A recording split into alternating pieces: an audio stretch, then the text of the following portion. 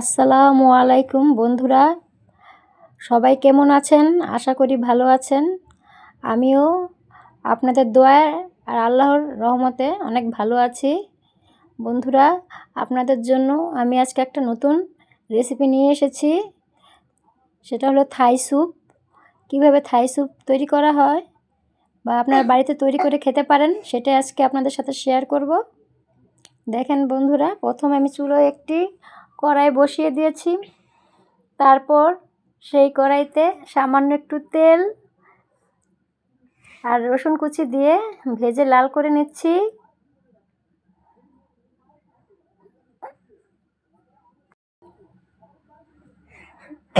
এখন বন্ধুরা, তেলের উপর আমি গাজর কুচি আর কাঁচামরিচ দিয়ে দিলাম।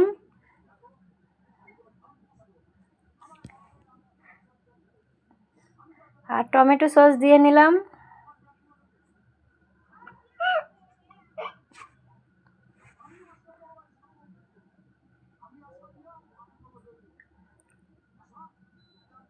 টমেটো সস বোতল থেকে ঢেলে নিচ্ছি বন্ধুরা।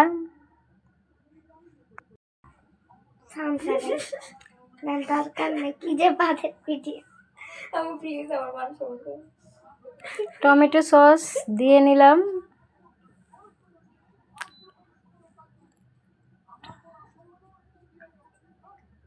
এখন ভালো করে তেলের উপর নাড়াচাড়া দিয়ে নিচ্ছি।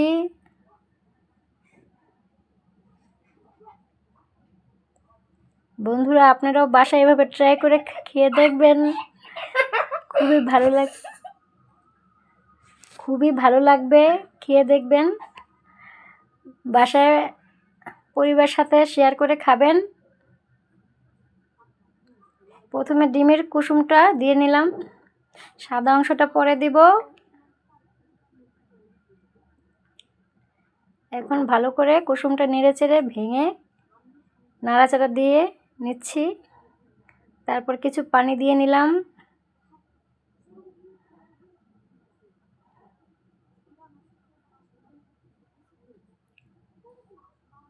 বন্ধুরা, স্যুপ কিন্তু স্বাস্থ্যের জন্য খুবই উপকার। বাসায় আপনার বাচ্চাদের খাওয়ালে খুবই পুষ্টি পাবে। খুবই পুষ্টিকর খাবার এটা। স্যুপ খুবই হেলদি খাবার। আপনার বাচ্চাদের খাওয়াবেন বানিয়ে। আর একটু পানি দিয়ে নিলাম। এখন এটাতে স্যুপের মশলা দিয়ে নিলাম। থাই স্যুপের মশলা দিয়ে নিলাম।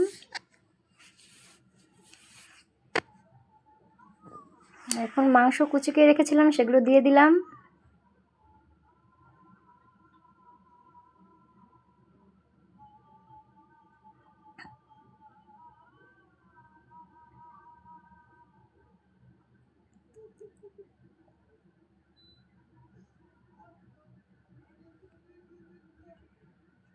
এখন একটু নাড়াচাড়া দিয়ে নেব ভালোভাবে।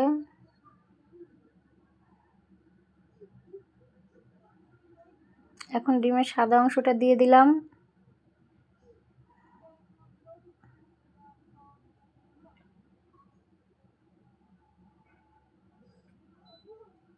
ডিমের সাদা অংশটা দিয়ে ভালো করে নাড়াচাড়া দিয়ে নিচ্ছি।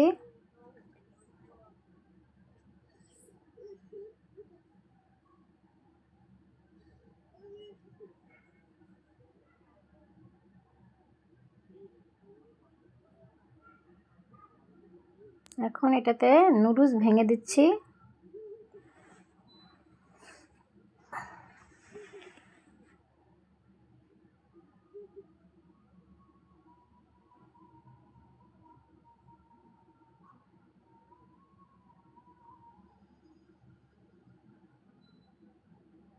নুডলসটা কমায় দিলাম, যাতে আমার বাচ্চাটা নুডলসটা কম খেতে পছন্দ করে, তাই কম দিলাম।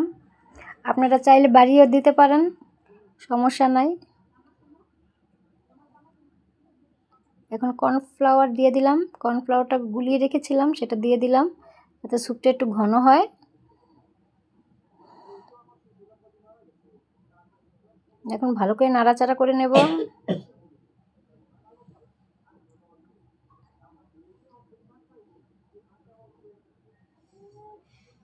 দেখেন বন্ধুরা, স্যুপটা কত সুন্দর ঘন হয়ে এসেছে। এখন আগের থেকে কালারও চেঞ্জ হয়ে আসছে। জাল দিতে দিতে দেখবেন কালারটা কত সুন্দর হয়ে যাবে। এখন উপরে ধনিয়া পাতা দিয়ে দিলাম।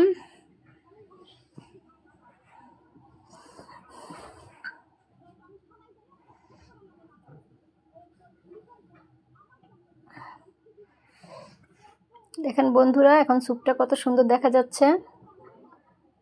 এটা দেখতেও যেমন সুন্দর, খেতেও খুব সুস্বাদু।